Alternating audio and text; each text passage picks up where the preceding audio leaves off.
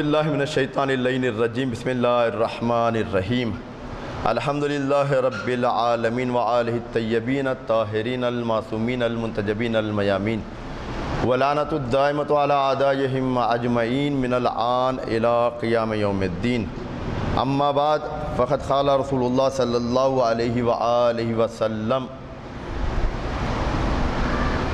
اطلب العلم من المہد الی اللحد۔ عزیزان محترم، جیسا کہ ہمارے اور آپ کے آخری رسول حضرت محمد مصطفیٰ صلی اللہ علیہ وسلم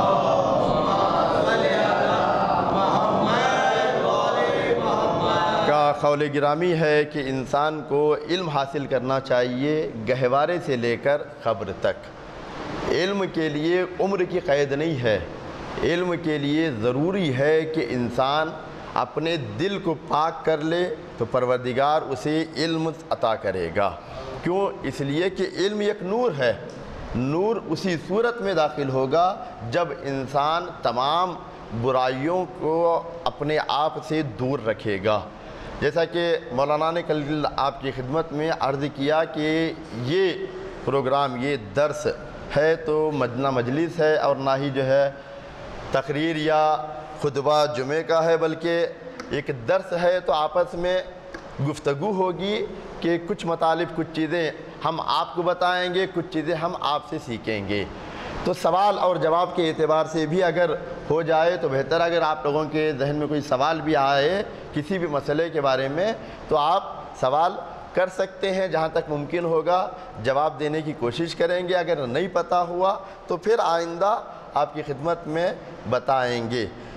تو لہذا خداوند عالم جو پروردگار آدم سے لے کر آخری رسول تک اور آخری رسول کے بعد تمام ائمہ کو اور آج تک اور تا قیامت تک ہماری ہدایت کا سلسلہ جاری اور ساری رکھا ہے۔ جب ہدایت کا سلسلہ پروردگار نے ہمیں عطا کیا ہے، ہادیوں کو، بہترین رہبروں کو ہمیں بھیجا ہے ہمارے لیے، تو ہماری ذمہ داری بنتی ہے کہ ہم ان ہادیوں، ان رہبروں کے ذریعے سے دین اسلام کو حاصل کریں اور اس پر عمل کرنے کی کوشش کریں۔ کیوں؟ اس لیے کہ اگر انسان دین اسلام کو حاصل نہیں کرے گا، عمل نہیں کرے گا، تو ایسی صورت میں بغیر علم کے عمل بیکار ہے اور بغیر عمل کے علم بیکار ہے۔ دونوں چیزیں ضروری ہے۔ جس طریقے سے رسول نے فرمایا تھا کہ انی تارکم فیکم الثقلین، کہ میں تمہارے درمیان دو چیزیں چھوڑے جا رہا ہوں، ایک قرآن اور دوسرا اطرت اہل بیت۔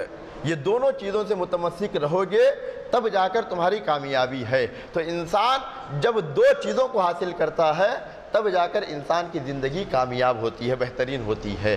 تو اب یہ علم کے ساتھ انسان کے لیے عمل ضروری ہے۔ عمل کن چیزوں کو کرے گا انسان؟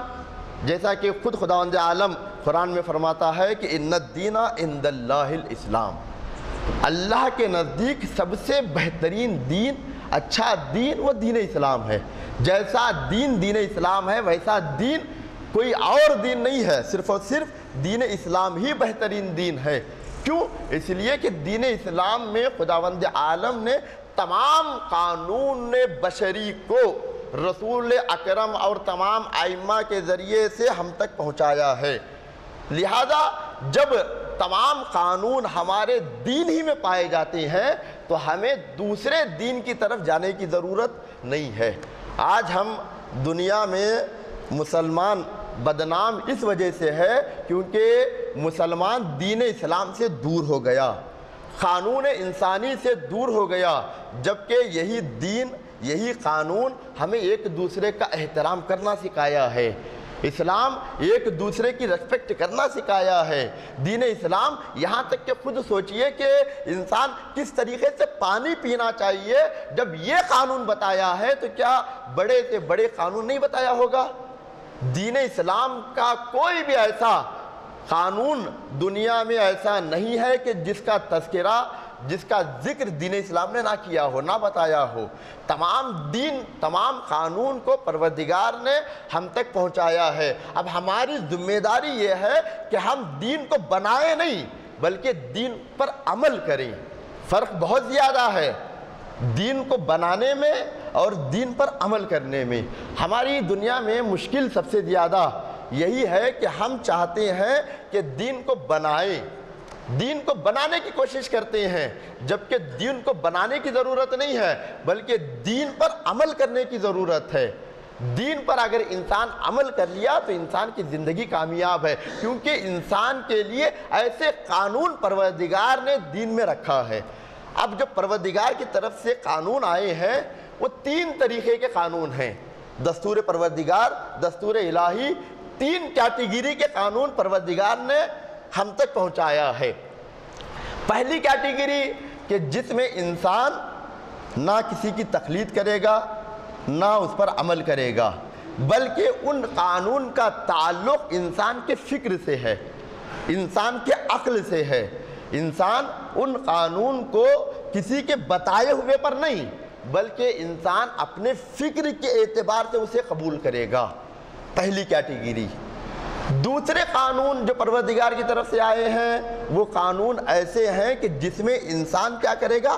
عمل کرے گا اور دوسرے کی طرف مراجعہ کرے گا، تاکہ انسان کو پتہ چلے کہ کون سے کام اچھے ہیں اور کون سے کام برے ہیں۔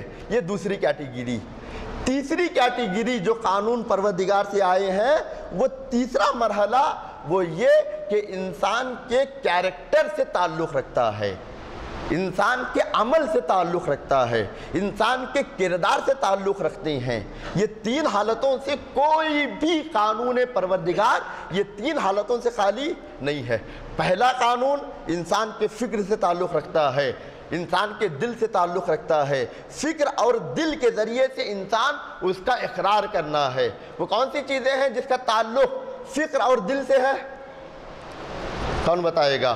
نہ اس میں انسان کسی کی تقلید کر سکتا ہے، نہ اس کا کوئی عمل سے تعلق ہے، بلکہ صرف اور صرف دل سے ماننا ہے اور فکر کے ذریعے سے انسان اس کو دلیل پیش کرنا ہے۔ وہ کون سے قانون ہیں؟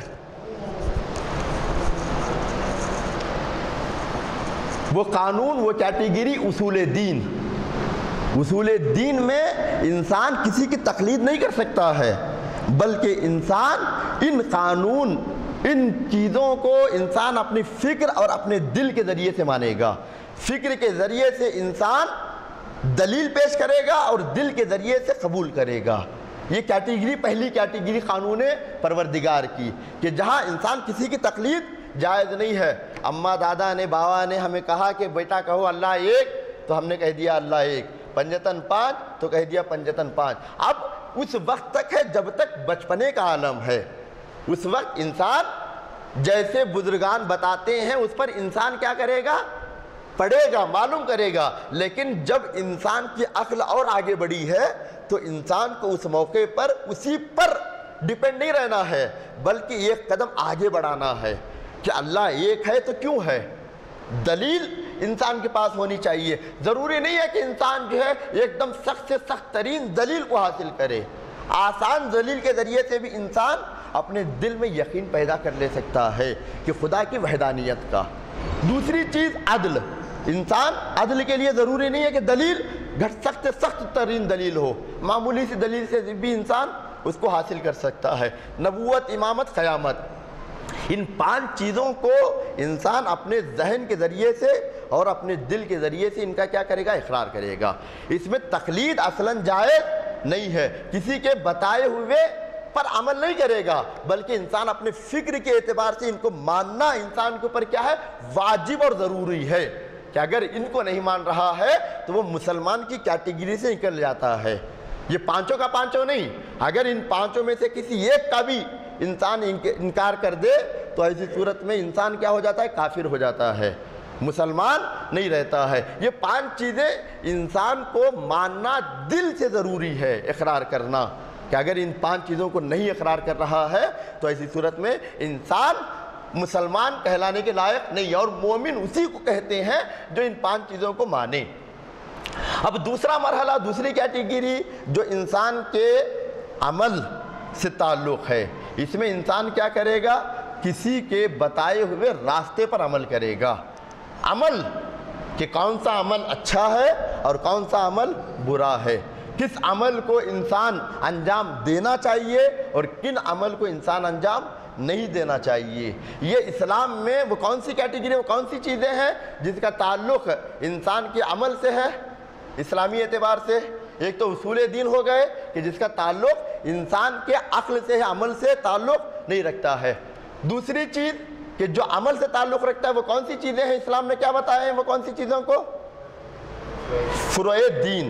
فروع دین یہ کیا قانون الہی جو انسان کے عمل سے تعلق رکھتے ہیں، فروع دین میں رکھا۔ قانون، پہلے قانون اصول دین میں رکھا جو فکر سے متعلق اور دل سے متعلق ہے۔ دوسرے قانون فروع دین میں رکھا جس میں انسان کیا کرے گا؟ تقلید کرے گا، اور تقلید کرنا واجب اس صورت میں ہے جب انسان خود صاحب اقتدار نہیں ہے قرآن اور اہل بیت کے ذریعے سے ان قانون کو نکالنے کا، خود نہیں حاصل کر سکتا تو اس کے لیے آپشن یہ ہے کہ وہ کیا کرے؟ کسی مجتہد کی تقلید کرے۔ اور تیسری کیٹیگری کہ جو انسان کے کردار سے ہے، کیریکٹر سے ہے، اور انسان مر جاتا ہے لیکن انسان کا کیریکٹر زندہ رہتا ہے۔ اگر انسان چاہتا ہے کہ مرنے کے بعد بھی زندہ رہے تو وہ کیریکٹر ہی انسان کو باقی رکھتا ہے۔ تو لہٰذا یہ کیریکٹر انسان کا ضروری ہے کہ انسان کیا کرے؟ اپنے کیریکٹر کو اچھا بنائے، بہترین بنائے۔ اب یہ کیریکٹر جو انسان کا ہے وہ جاتے ہیں اخلاقیات میں۔ انسان کا اخلاق، انسان کا کردار، انسان کا رفتار، انسان کی گفتار، یہ تمام چیزیں اسلام کے قانون پروردگار نے 3 کیٹیگری میں رکھا ہے۔ ایک کیٹیگری کو اصول دین کہتے ہیں، دوسری کیٹیگری کے قانون وہ پروردگار سے جو آئے ہیں اسے فروع دین کہا جاتا ہے، اور تیسری کیٹیگری کے قانون جو پروردگار کی طرف سے آئے ہیں ان کا تعلق انسان کے کیریکٹر سے ہے، جس کو اسلامی اعتبار سے اردو میں کیا کہا جاتا ہے؟ اخلاق۔ یہ تینوں چیزیں انسان کے کیا ہونا چاہیے؟ بہترین ہونا چاہیے، تبھی جا کر انسان کہلانے کے لائق بن سکتا ہے۔ یا لفظوں کو بدل کر یوں کہوں کہ انسان مسلمان اور مومن بننے کا بعد کا مرحلہ ہے، پہلے انسان بن جائے۔ اور رسول اسی لیے آنے کے بعد یہ نہیں کہا کہ خدا کی وحدانیت کو مانو، خدا کی عدل ہونے کو مانو، میری رسالت کو مانو، میری نبوت کو مانو، میرے بعد 12 امام ہوں گے ان کا اقرار کرو، پھر قیامت آئے گی۔ یہ ساری چیزیں رسول اکرم نے نہیں بیان کی۔ پہلے آ کر 40 سال تک رسول اکرم نے انسانوں کو انسان بنایا ہے۔ انسان بنانے والی چیز کون سی ہے؟ وہ کیریکٹر ہے، انسان کا اخلاق ہے، انسان کی عادتیں ہیں۔ تو لہٰذا ان چیزوں کو انسان جاننا ضروری ہے کہ وہ کون سی چیزیں ہیں جس کا انسان کے کیریکٹر سے تعلق رکھتا ہے۔ انشاءاللہ آئندہ جلسوں میں اس کی گفتگو ہوگی، آپ کے سامنے جو اہم موضوعات ہیں اس کی طرف اشارہ کیا جائے گا کہ اخلاق، کیریکٹر انسان کا کیسا ہونا چاہیے۔ رسول اکرم نے آ کر دنیا والوں کو جھوٹ بولنے سے روکا، سچ بولنا سکھایا، امانت داری سکھائی، ایک دوسرے کا ریسپیکٹ کرنا سکھایا، ایک دوسرے کا احترام کرنا سکھایا۔ رسول اکرم نے تمام دنیا والوں کو بتایا کہ بیٹی کی اہمیت کیا ہے، فضیلت کیا ہے، اور کس طریقے سے ہونا چاہیے، اور کیا کیا قانون ہے۔ یہ ساری چیزیں رسول اکرم نے اپنی 40 سال کی زندگی میں بتائے ہیں۔ 40 سال کے بعد پھر رسول اکرم نے اپنی رسالت کا اعلان کیا ہے۔ اب ہم چلتے ہیں اس چیز کی طرف جو معاشرے میں جن چیزوں سے ہم کیا ہیں؟ ناواقف ہیں، یا جانتے بھی ہیں تو اس پر کب عمل کیا جاتا ہے دنیا میں۔ وہ کون سی چیز ہے؟ محرم اور نامحرم۔ یہ سب سے اہم اور ضروری چیپٹر ہے انسان کے لیے کہ کون لوگ انسان کے لیے محرم ہیں اور کون لوگ انسان کے لیے نامحرم ہیں۔ 3 یا ایک لفظ میں اور بڑھا دوں، 3 چیزیں، ایک محرم، دوسرا نامحرم، اور تیسرے محلل، حلال۔ وہ کون؟ پہلی چیز نامحرم سے کیا مراد ہے؟ وہ کہ جس کی طرف ہم کچھ جگہوں کے علاوہ، کچھ چیزوں کے علاوہ اس کو تمام چیزیں نہیں دیکھ سکتے ہیں۔ یہ کیا ہے؟ یہ محرم اور نامحرم، جس چیزوں کی اجازت اصلاً نہیں ہے ان چیزوں کی طرف دیکھنے کی۔ تیسری محلل، یعنی خداوند عالم نے جن کو ہمارے لیے حلال قرار دیا ہے، اب آپ سے سوال یہ ہے کہ یہ بتائیے کہ زوجہ انسان کے لیے محرم ہے یا نامحرم ہے؟ محرم ہے یا نامحرم ہے؟ نامحرم۔ اور نہ زوجہ انسان کے شوہر کے لیے نہ محرم ہے نہ نامحرم ہے۔ کیوں؟ اگر ہم محرم دیکھیں گے تو محرم سے شادی کرنا حرام ہے، اگر ہم نامحرم دیکھیں گے زوجہ کو تو اس کے ساتھ زندگی گزارنا حرام ہے۔ لیکن زوجہ ہمارے لیے کیا ہے؟ محلل ہے، حلال ہے۔ خداوند عالم نے زوجہ کو ہمارے لیے کیا قرار دیا ہے؟ حلال قرار دیا ہے۔ یہ حلال کی کیٹیگری میں آتی ہے، نہ محرم کی اور نہ ہی نامحرم کی، بلکہ حلال کی کیٹیگری میں آتی ہے۔ تو اب لہذا ابھی اسی میں نے اشارہ کر دیا کہ محرم اور نامحرم کے قانون، کہ اگر محرم ہے تو اس سے شادی کرنا ہمارے لیے کیا ہے؟ حرام ہے۔ نامحرم سے انسان شادی کر سکتا ہے۔ اب سوال یہ ہے کہ انسان محرم اور نامحرم کے حدود کیا ہیں، دائرہ کیا ہے؟ اگر محرم ہی کیوں نہ ہو تو ان چیزوں کو انسان نہیں دیکھ سکتا ہے جن چیزوں کو دیکھنا حرام ہے۔ شرمگاہ کو یا بدن کو یا دوسری چیزوں کو انسان دیکھنا جائز نہیں ہے، سوائے چہرے کے اور دونوں ہاتھوں کے ہتھیلیوں کے۔ اگر محرم ہے تو بال دیکھا جا سکتا ہے۔ اتنی چیزیں اجازت ہے کہ محرم سے انسان دیکھ سکتا ہے اور ان سے بات بھی کر سکتا ہے۔ یہ مرحلہ رہا محرم کا۔ اب نامحرم کے لیے انسان چہرہ، دونوں ہاتھوں کی ہتھیلیاں اور دونوں پیر کے پنجے، اس کے علاوہ کسی بھی چیز کو انسان دیکھنے کی اجازت نہیں ہے، حرام ہے کہ انسان اس کو دیکھ نہیں سکتا ہے۔ بال نامحرم کے انسان نہیں دیکھ سکتا ہے، انسان باڈی نامحرم کی نہیں دیکھ سکتا ہے۔ جو چیزیں کی اجازت ہے اس کے علاوہ چہرہ، دونوں ہاتھوں کی ہتھیلیاں اور پیروں کے پنجوں کے علاوہ، ان چیزوں کے علاوہ انسان نامحرم کے دیکھنا کیا ہے؟ حرام ہے۔ اور نہ اس سے زیادہ دیر تک گفتگو بھی کرنا منع کیا گیا ہے، کراہت کے ساتھ، شدید کراہت کے ساتھ، کہ ایک نامحرم سے دوسرا نامحرم گفتگو نہ کرے، آپس میں باتیں نہ کرے، الا بالضرورہ، ضرورت کے علاوہ۔ جتنی انسان کو ضرورت ہے بس اتنی گفتگو کرنی چاہیے، اتنی باتیں کرنا چاہیے۔ اس کے علاوہ باتیں کرنے سے جیسے جیسے انسان نامحرم سے گفتگو کرتا جائے گا ویسے ویسے انسان حرام میں مبتلا ہوتا چلا جائے گا۔ کیوں؟ اس لیے کہ نامحرموں کے درمیان سب سے جلد جو حاوی ہوتا ہے وہ شیطان ہے۔ آج کل خصوصاً آج کے دور میں، آج کے زمانے میں ہمیں اس بات کی طرف توجہ کرنی چاہیے کہ خصوصاً نوجوانی کے عالم میں ہم لوگ کیا کرتے رہتے ہیں؟ چیٹنگ کرتے رہتے ہیں، رات کے 1-2 بجے تک چیٹنگ چلتی رہتی ہے، گفتگو چلتی رہتی ہے، باتیں چلتی رہتی ہے۔ پوچھا جائے کہ کیا کر رہے ہو آپ؟ فرینڈ ہے ہماری، دوست ہے ہماری، ہم دوست کے اعتبار سے بات کر رہے ہیں یا بہن کے اعتبار سے بات کر رہے ہیں۔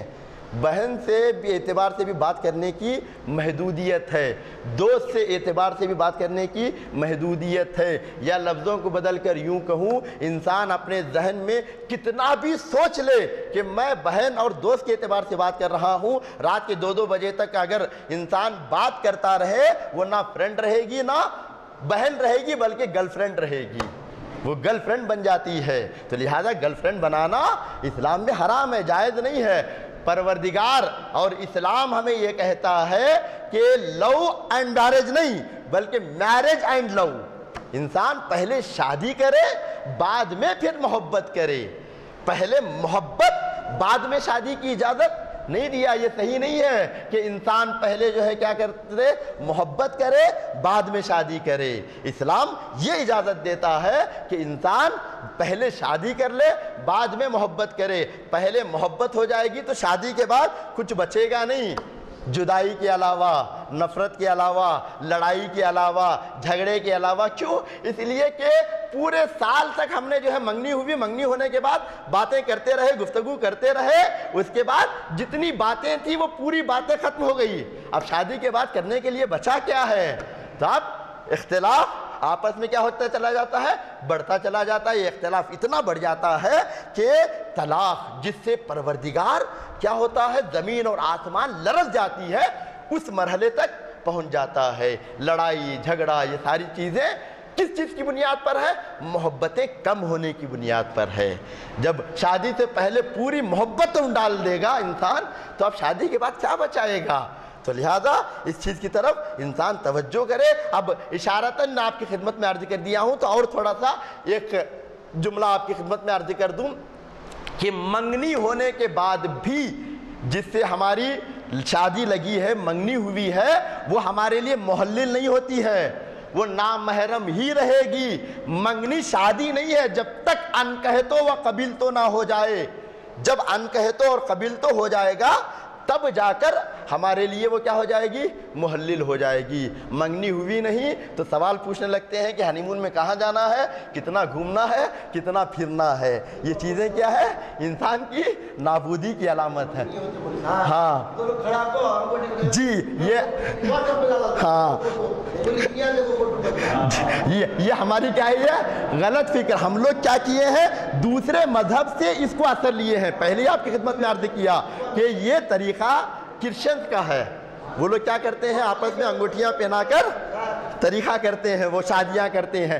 ہم لوگوں کے بھی منگنیوں میں کیا ہو گیا ہے؟ وہ طریقہ ہم نے اپنا لیا، جبکہ اسلام نے ہمیں بہترین طریقہ بتایا ہے، سکھایا ہے.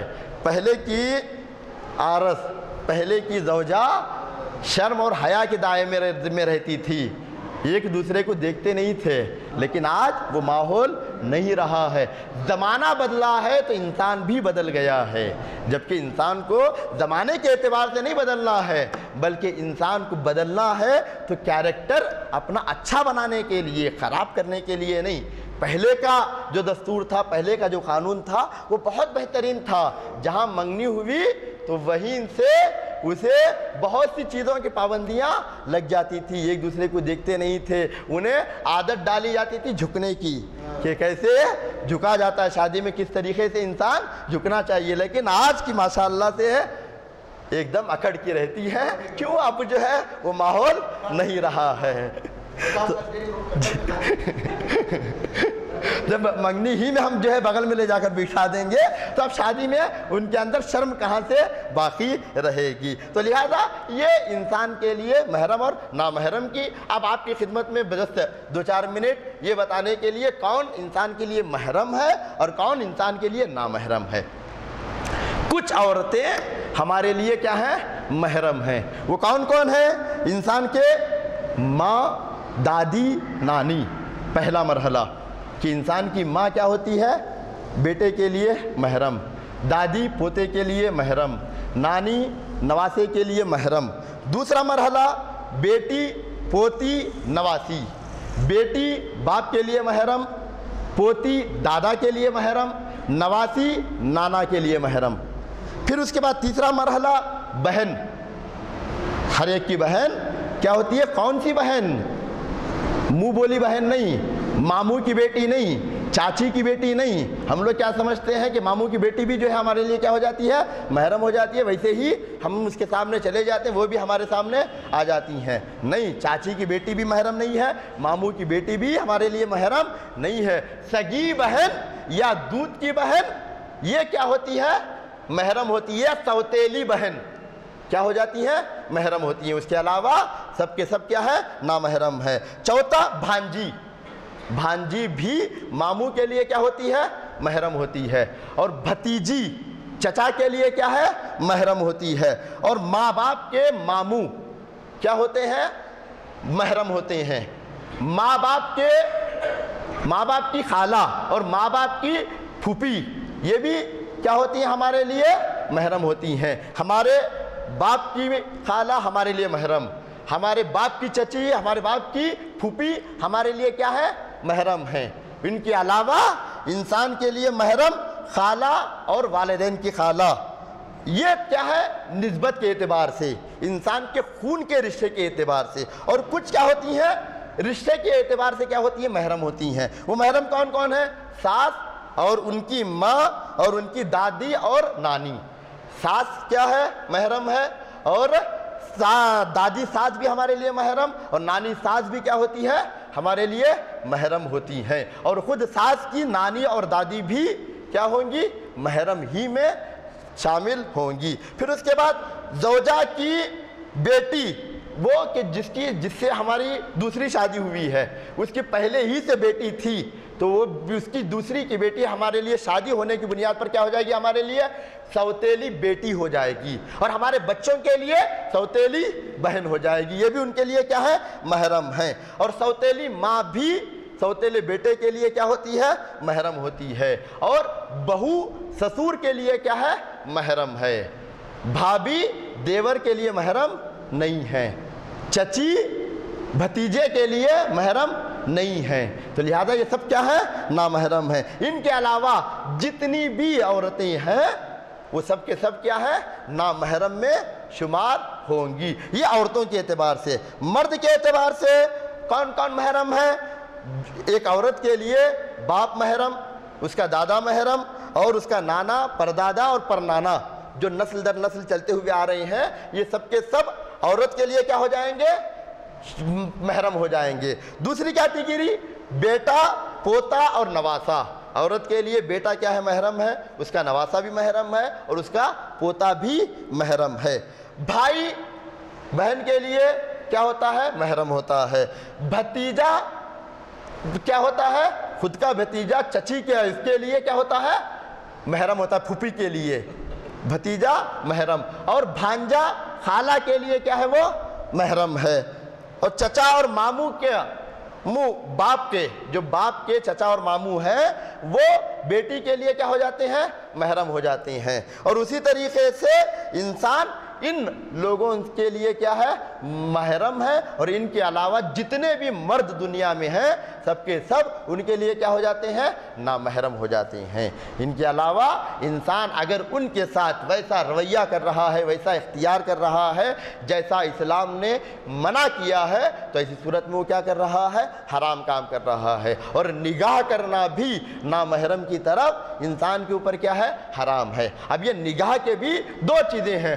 اب مثال کے طور پر ہو سکتا ہے کوئی سوال کرے کہ ہم کہیں پر جاتے ہیں، اچانک سے کوئی جو ہے سامنے آ گئے، نگاہ پڑ گئی، نگاہ ان کے اوپر پڑ گئی، تو یہ نگاہ انسان کے لیے حرام نہیں ہے، لیکن ایک مرتبہ نگاہ کو جھکایا، پھر شیطان نے وسوسہ پیدا کیا کہ چلو دیکھ لو کتنی اچھی ہیں، تو اٹھا کر پھر نگاہ اٹھائی، تو ایسی صورت میں وہ کیا ہو جائیں گے؟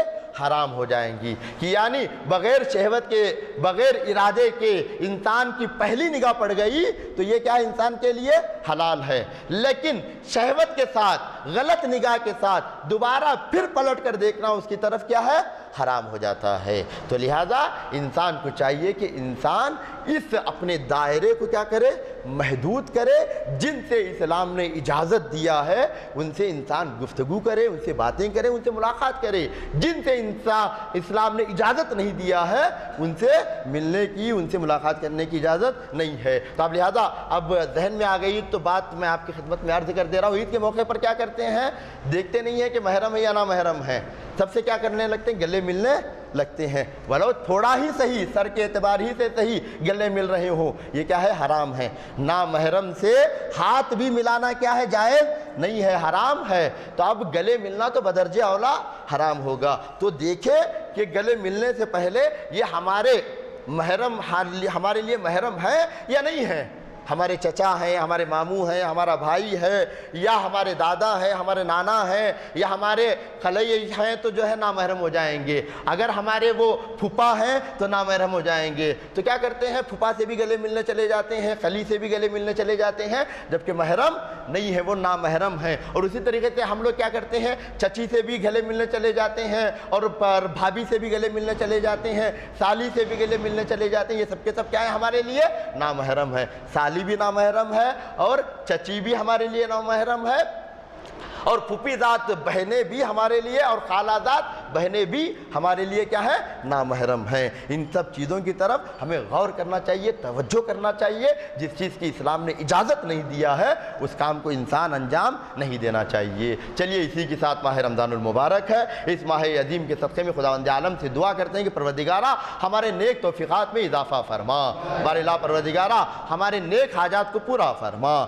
بار الہ پروردگارہ اس ماہ رمضان المبارک میں ہمیں حقیقی بندہ بننے کی توفیق عنایت فرما، بار الہ پروردگارہ ہمارے تمام گزشتہ گناہ کو اس ماہ عظیم کے صدقے میں معاف فرما، بار الہ پروردگارہ ہمارے مرحومین کی مغفرت فرما، ان کو جوار معصومین میں جگہ عنایت فرما۔ وآخر دعوانا والحمدللہ رب العالمین۔